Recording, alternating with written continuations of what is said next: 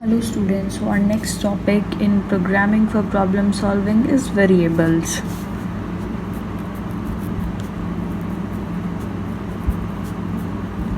So variables जैसे कि नाम से हमें इसके पता चल रहा है वेरिएबल मतलब वेरी, जो कि हमारे क्या हो रहा है कि हम नाम से समझ पा रहे हैं कि इसमें मतलब कुछ वेरी कर सकता है, मतलब कुछ चेंजेस हो सकते हैं इसमें।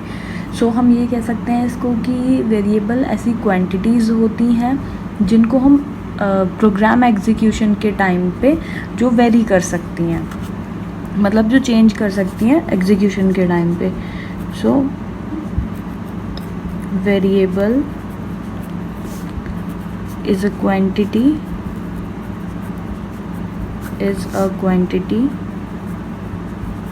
which vary during the execution of a program. Okay, or we can say variable name are names given to the location in the memory where different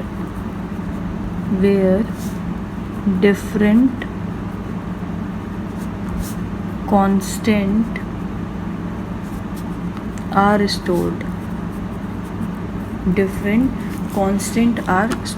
suppose हम एक प्रोग्राम लिख रहे हैं जो कि एडिशन के लिए है, तो हमें क्या करना है, c is equals to a plus b हम करेंगे।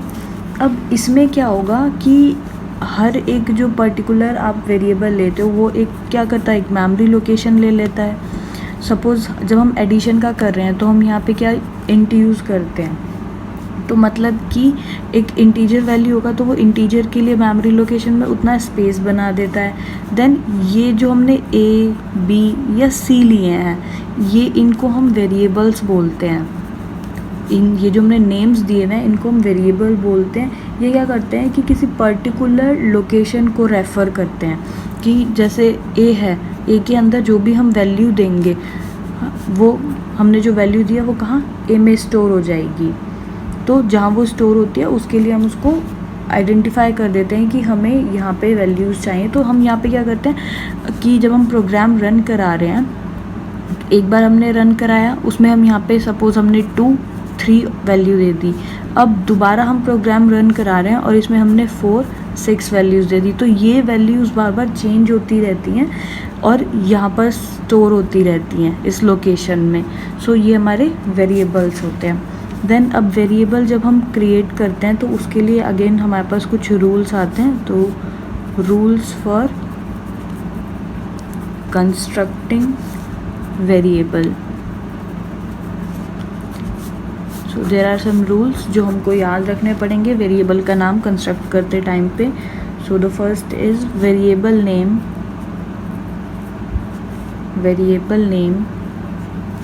Is a combination of alphabets, digits और अंडरस्कोर। मतलब कि हम कॉम्बिनेशन यूज़ कर सकते हैं अल्फ़ाबेट्स का, डिजिट्स का और अंडरस्कोर का। जैसे सपोज़ अगर हम कहें कि हमें कोई प्रोग्राम लिखना है जिसमें हमें एम्प्लॉयज़ की सैलरी के बारे में लिखना है, तो एग्जाम्पल सपोज़ हमने लिया एम्प्लॉय अंडरस्कोर सैलरी।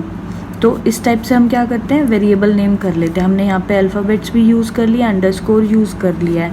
सो हम डिजिट भी यूज़ कर सकते हैं।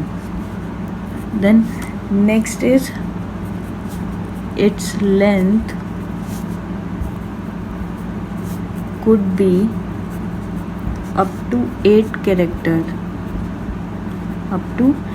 कैरेक्टर्स। मतलब कि जो हमारा वेरिएबल का लेंथ है उसकी जो वेरिएबल नेम जो हम ले रहे हैं, यहाँ पे जो हम नाम दे रहे हैं, उसकी जो लेंथ है वो 8 कैरेक्टर्स तक हो सकती है।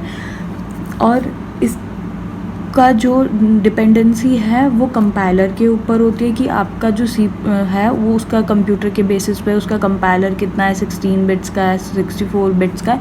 तो ये जो है अप टू 40 भी जाता है, बट जो बेसिक रहते हैं वो हम मिनिमम 8 मतलब मैक्सिमम 8 लेकर के चलते हैं। तो फॉर सेफर साइड क्या करते हैं, हम 8 ही यूज़ करते हैं। Then next is first character should be an alphabet। जो हमारा फर्स्ट कैरेक्टर हम यूज़ कर रहे हैं नेम देने के लिए वो हम अल्फ़ाबेट रखते हैं। हम पहले अंडरस्कोर नहीं लगाते हैं, डिजिट नहीं, पहले हम अल्फ़ाबेट यूज़ करते हैं। Then next is comma and blanks are not allowed.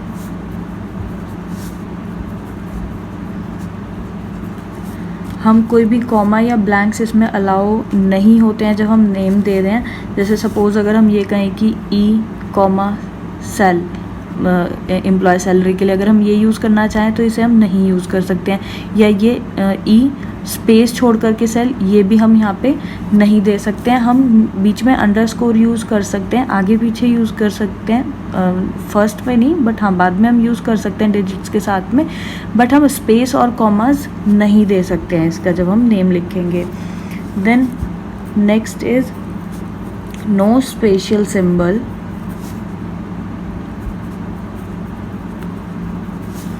other than underscore